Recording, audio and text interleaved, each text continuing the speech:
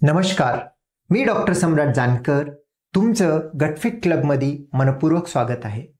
November महिना आपण piles awareness month म्हणून साजरा करत आहोत।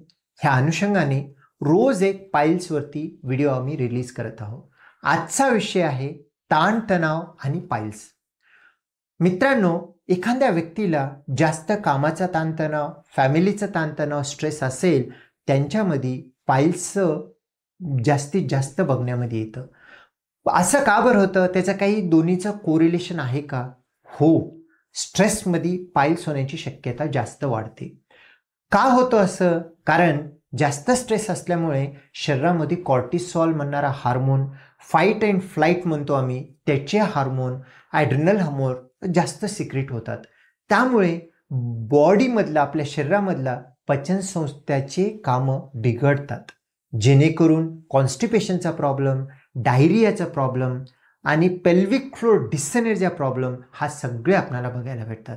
त्यामुळे काय होतं, जो व्यक्ती नॉर्मल आहे त्याला जो 2-3 मिनिटांमध्ये मोशन पास होईल, त्याच्यामध्ये स्ट्रेस जास्त असेल, त्याला वेळ द्यावं लागतं। इवन टॉयलेटमध्ये गेलं तरी माइंडफुल डेफिकेशन होत नाही, त्यामुळे बरंच ताकद देऊन मोशन करावं लागतं। आणि तुम्हाला तर माहीतच आहे, तुम्ही जास्त मोशनला ताकद देसाल तर तुमच्या गुदाशयावरती ताकद जास्त जातो, तिथले नसा सुजतात आणि त्यामुळे पाइल्स होतो।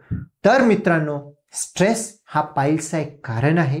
ते अवॉइड करण्यासाठी चांगलं खा, जास्त फायबर खा, फळभाजी जास्त घ्या, पाणी जास्त घ्या, ताणतणाव कमी करा आणि काही गोष्टी ताणतणाव कमी होऊ शकत नाही ते अवॉइड करण्यासाठी मेडिटेशन दररोज करा, योगा करा, बॉडीचे स्ट्रेचेस करा आणि शांतपणे प्रत्येक गोष्टीला सामोरे जाण्याचं ठेवा, जेणेकरून तुमची पचनसंस्था चांगली असेल आणि तुम्हाला जास्त मोशनला ताकद द्यायची गरज पडणार नाही, त्यामुळे पाइल्ससुद्धा टाळू शकते।